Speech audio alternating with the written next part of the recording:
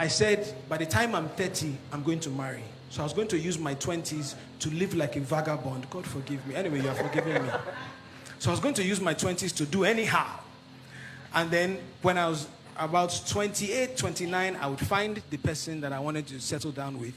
And at 30, I would marry. I would use 2 years to enjoy with my wife. Then I'll have children, and then we keep it moving.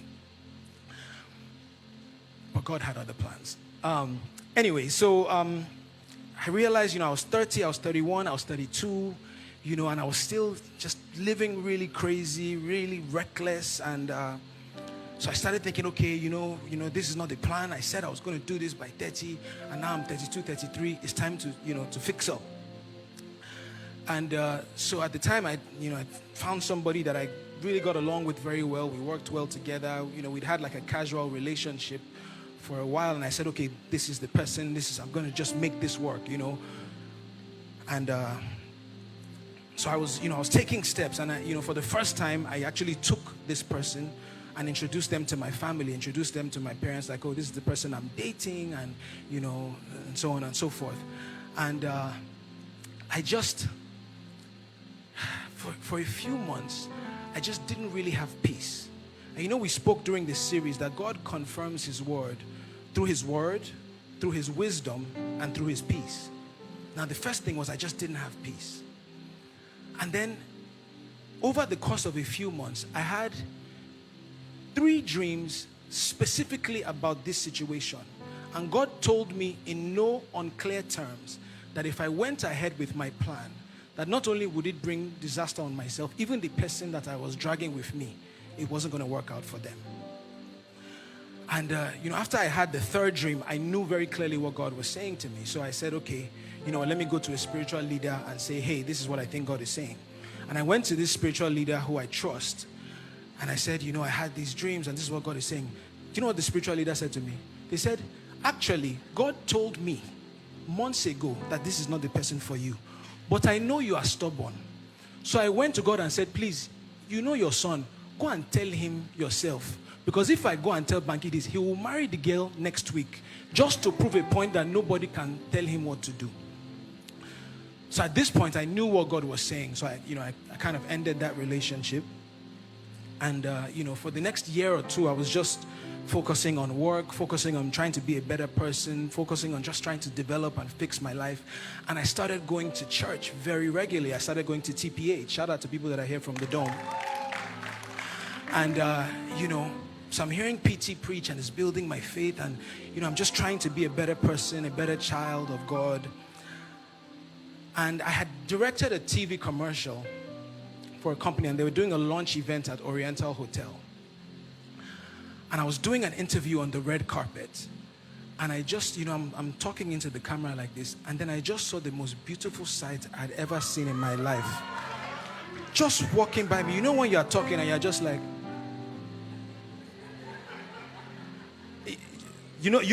men, I mean the men in the house, you know what I'm saying, when you see the work of God. So here's the interesting thing. In my mind, that was the first time that I had ever seen Adesua. But the truth of the matter is, I had actually crossed paths with her every year for the last 3 or 4 years, and I didn't even recognize. Sometimes you are praying for something, but God won't give you the answer because you are not ready to handle it. So I had actually crossed paths. She had even interviewed me on camera, and I didn't even nothing. But this very day, that's why you need to stay in a place of faith. Go to church, listen to the word of God. So this day I'm talking, and she come to the water brook. If you don't have anywhere to go, we'll take you here. So she walks by me, and I see her, and I said, oh wow, who is this? And then I saw the person that was working with her. And this one is giving me the eye. Am I okay? Okay. So I saw the person that was working with her, who I had known from times past, and I said, hey, Isioma, who's this, who's this beautiful specimen, And Isioma said, oh, her name is Adesua. He told me she moved back from Jan. She's an actor. So I got her name, and as a sharp guy, I went straight to Google. First Googled her, read every interview, read all the things. Okay, who is she? What's she about? Now, I had never seen her act in a movie. I'd never seen any of her films at the time. But I could tell from her interviews just the kind of person that she was. Not only was she beautiful, she was intelligent, she was smart, she was grounded, she was balanced. I mean, look at the work of God. And so I knew that I was interested. In fact, I actually called my best friend, Tunde, and I said, hey, I found my next girlfriend. You know, as a man of faith, you have to speak things into existence. So the next thing I did was I went to her Instagram and I just started scrolling. And I was, you know, when you're doing the Instagram research, don't act like I'm the only one that has ever done this. So I'm scrolling, back. You can't even check the ones now after they're packaged and said, you have to go back to the beginning. So I scrolled all the way back and I saw a post where she was sitting with like 3 friends and they were sitting on the floor singing worship songs.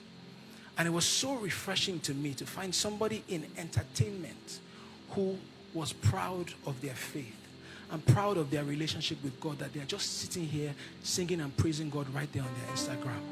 I said, okay, maybe we have something here. So I slid into her DM, as we do. And this morning when I was preparing, I actually scrolled back like, how many years now of DMs? Yes. And I found the DM that I sent and I said, hi. So we haven't officially been introduced, but I saw you at the launch the other day and I've decided that I'm going to be your biggest fan. I'm Banky. Can we please be friends? Appreciate me. When you shoot your shot, you have to do it with strategy. And then Adesua said this. LOL, hi Banky, I'm Adesua. This is both sweet and funny. It has always been a dream of mine to have a superstar as my biggest fan. LOL, friends, why not? I can do friendship. Gentlemen in the audience, take wisdom from what I'm saying. He who has ears to hear. God bless you. Now, I didn't know this at the time, but she was kind of coming out of a relationship. You know, when you're in that place where you are single, but you're in a relationship, but you are single, but you're in a relationship, and today you are broken up, tomorrow you're fighting. She was in this gray area space. And one thing, if you know Adesua, you know that she loves hard.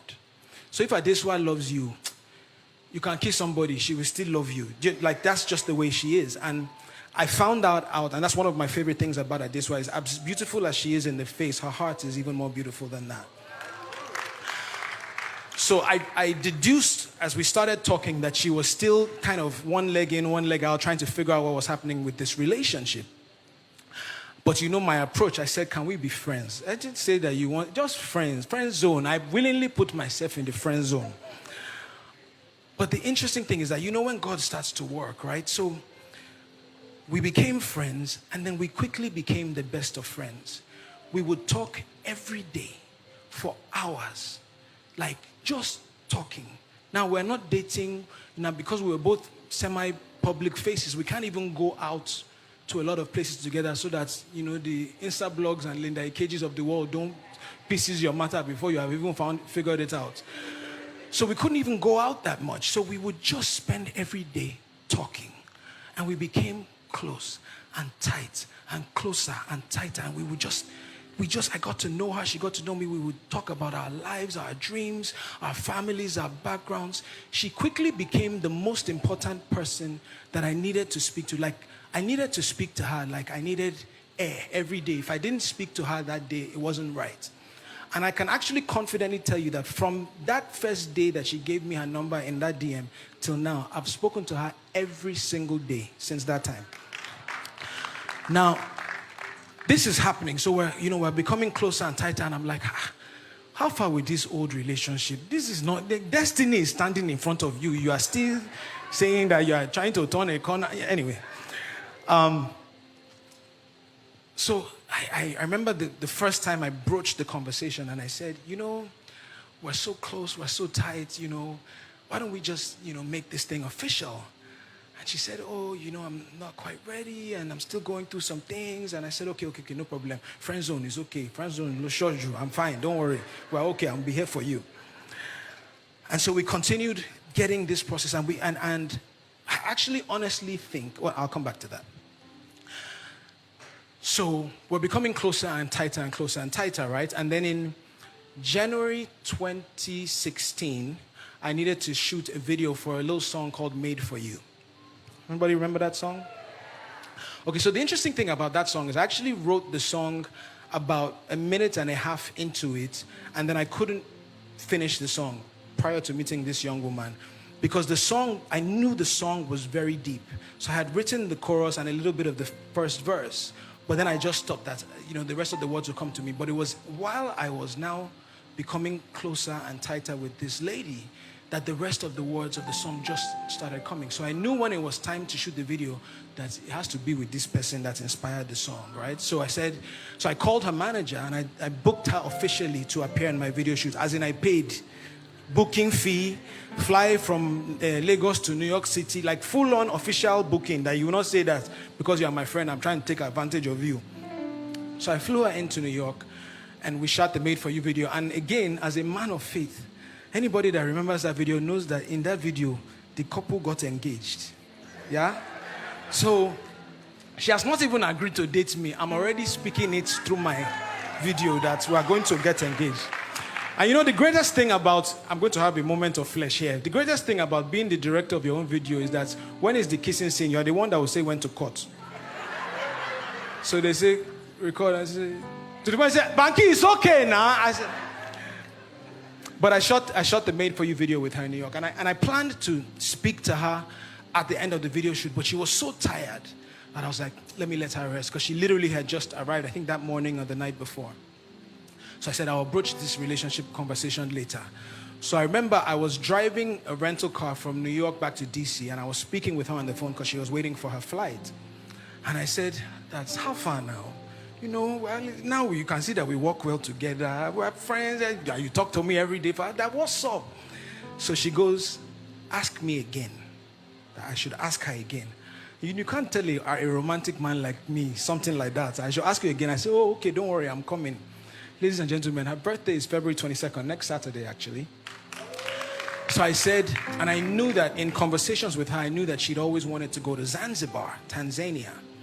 Is that the right way? Thank you. So I said, okay, I'm going to plan this trip, and I'm going to take her to Zanzibar, and I'm going to, ask her in the most romantic way to be my girlfriend. So I called everybody around her. I told her manager, her sisters, that please, they should not book her for anything. They should keep her free. Tega is here. I'm sure Tega knows a lot of these details. Anyway, so after arranging this romantic, elaborate trip to Tanzania, Adesua gets booked for a movie shoot with the ex-boyfriend that I'm trying to steal her from. I'm telling you the truth. I'm not lying to you. So, this is time to fast and pray. You understand? So, so she's on set. And I just realized that on a day-to-day basis, something is not right in the atmosphere, something is wrong, But I'm like, I just need to hold on till we get to Tanzania. Just hold on till we get to Tanzania. No problem. We'll get there. Finally, when a few days to the trip, I now tell her that, hey, for your birthday, I want to take you to Zanzibar. And you should have seen the sheer panic that took over her face. Because now she was really confused. She was struggling. She didn't want to go. She was nervous. And I don't spend money. You know how it is. And she said, my mom is coming into town. I can't go. I said, give me your mother's number. I will ask your mother myself. Don't worry. And I think it's important to say this. We had, in our conversations, we had decided that we were going to do things the God way, right? So when I spoke to her mom, I said, Ma, I'm not taking your daughter to Tanzania to have sex with her. I'm taking your daughter to Tanzania because I really care about her and I really want to be with her and I just want to get away, in a very respectful way so that the mom too will know that I'm not just, a useless guy. Even though I have been a useless guy at certain times in my life, but God had changed that. Amen. So her mom said, hey, well, what if she's not ready for this relationship? What if she's not there yet? Because her mom obviously had been speaking to her. And I said, in life, I can live with trying and failing, but I can't live with not trying. And as a man, all you can do is see a goal, set a goal, and just try to reach it. And if you don't reach it, no problem. You take it on the chin and keep it moving. But at least you know that you gave it everything that you had. And I think her mom just respected the African man in me. So she said, no problem. So she said, no problem, you guys can go. So I called her. I said, we're going to Tanzania. She said, okay. So now we get to Tanzania. The first day was a little rough with travel arrangements. You know how it is. So the second day was a bit better. We're in this nice villa that's overlooking the ocean. I had planned this breakfast on the sea with a small cabana and all of these things. Come on, as a bad man. So as a good man, you know what bad man means.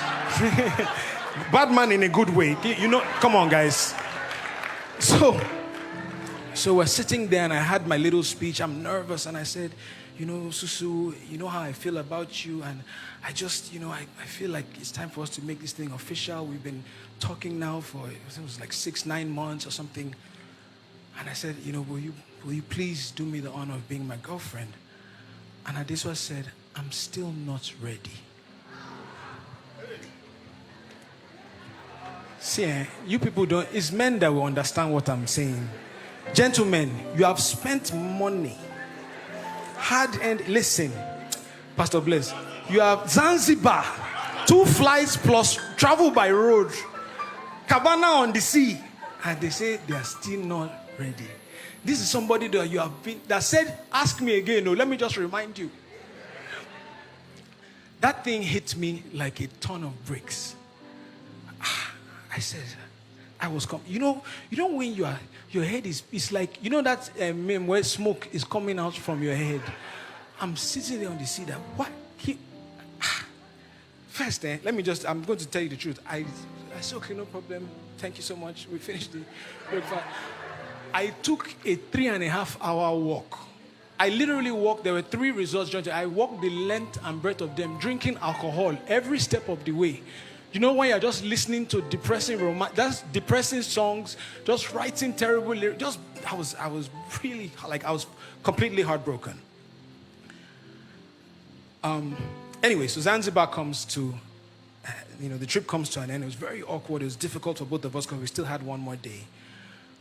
But we get back, and at this point, I just felt like, you know what, I've asked this girl 2 times. She doesn't want to do that. Maybe this is karma for all the girls' hearts that me have broken. So maybe this is God's way of punishing me in return, that let me kuku accept my punishment.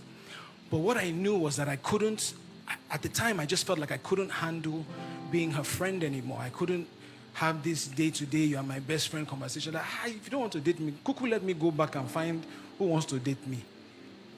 So I had a conversation with her when we got back to Lagos, and I said, hey, I can't really do this best friend, close friend thing anymore. I've tried twice and you're not ready, and I understand that and I respect it, but for my own sanity and for my own sake, I need to cut this off. So I did, and I said we were going to stop talking, and that was it. But that's why it's good to have a relationship with God. So, I'm now just going back out, looking for who to take out, and God just kept working on my heart. And he said, listen, all of your life, you've been searching for the kind of connection that you found with this girl. So don't throw it all away because she's just not ready. She's just not ready. Just don't lose a friend over the fact that you can't have the relationship that you want. So I called her back and I said, no. Oh, actually, no. Let me give you credits where credits is due. So my birthday came up. And obviously she was going through a lot because she felt like she had lost her best friend. So she did this. It was my 35th birthday. So she did this. Meanwhile, we'd not been speaking for a couple of weeks. She did this really sweet thing. She did like 35 things that I love about you. She got me a few different cakes. She said she couldn't afford to buy me a car, so she bought me a little model Ferrari sports car. Just things that would not be making you do any. I said, what do you want from me, this woman? You don't. So, but then God started working on my heart, and that's really what inspired it. So I called her back. I said, you know what? We kuku said we were going to be friends. Let's just be friends again.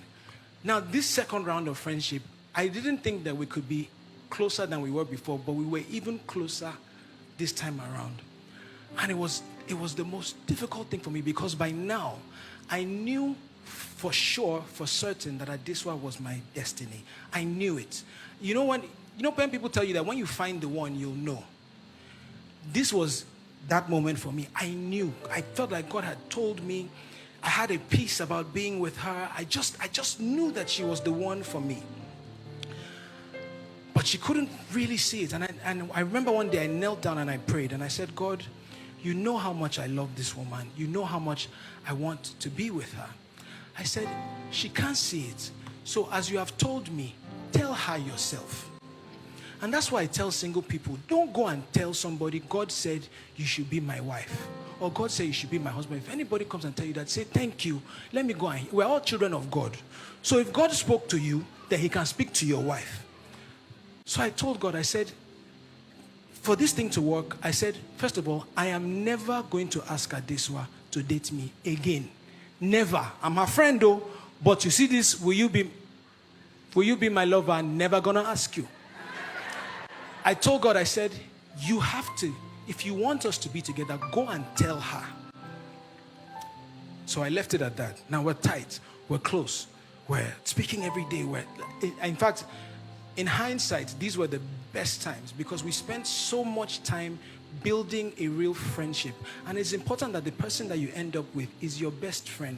It should be the person that you can tell anything. It should be the first person that you want to talk to about anything that's going on.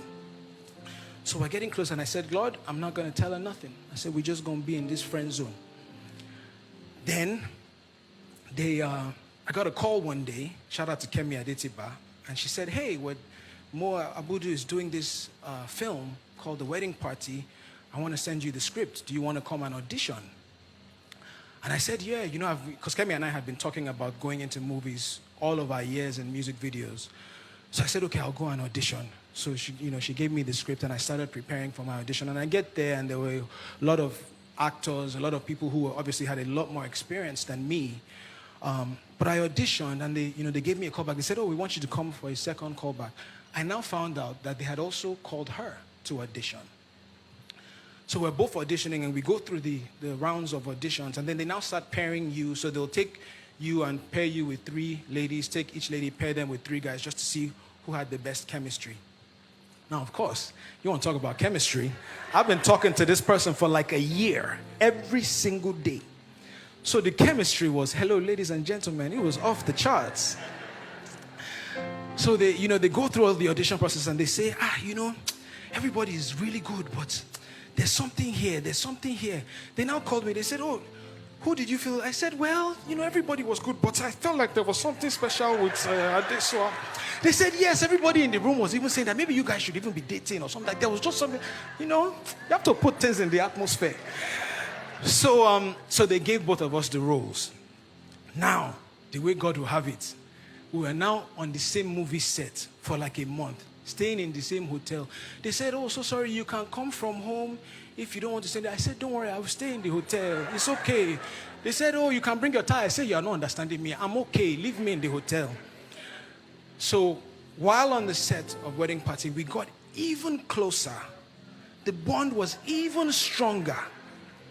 But remember, I had told God that I'm not going to ask again. And so I just remained there. And then shortly, maybe a couple months after we wrapped, one day, as is customary by now, we talk every day for hours. And one day, we're on the phone and she says, Banky, you're my husband, right? I said, sweetheart, I've known this for the longest time. I've just been waiting for you to catch up. I think that deserves another round of applause. That's the moment. That's the moment. So we said, okay, now pay attention to this. So we said, okay, fine. We now both know that we feel like we're each other's destinies. But remember what I said before. Sometimes we try to trust in our plans over God's purpose. And we'd both been through so many bad relationships and bad situations before that we said, when we're dating, single people, sometimes you see somebody, you like them, you start dating, then you now ask later that, God, is this the right person for me? Sometimes we even go as far as getting married before we start seeking God's face in our relationship. But God is interested even in your relationship. So we said, you know what, we've done this the wrong way for so long. Let's try and do it a different way now.